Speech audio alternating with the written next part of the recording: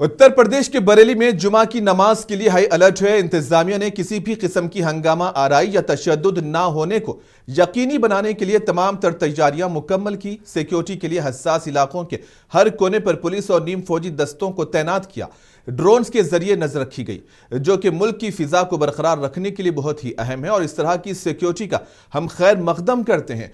पर क्या इस तरह की सिक्योरिटी और ड्रोन्स का इस्तेमाल उस वक्त किया गया था जब कांवड़ियों ने बेकसूर लोगों पर तशद्दुद किया, आरपीएफ को तक नहीं बख्शा, सरकारी इमलाक ट्रेनों को नुकसान पहुंचाया? जब इस तरह की सिक्योरिटी क्यों नहीं रखी गई थी? जब इन ड्रोन्स का इस्तेमाल क्यों नहीं किया गया था? जब कांवड़ यात्रा में भगदड़ के बाद मुसलमानों ने मस्जिद, मदरसे और खानखाहों के दरवाजे हिंदू भाइयों के लिए दिल के दरवाजों के साथ खोल दिए थे।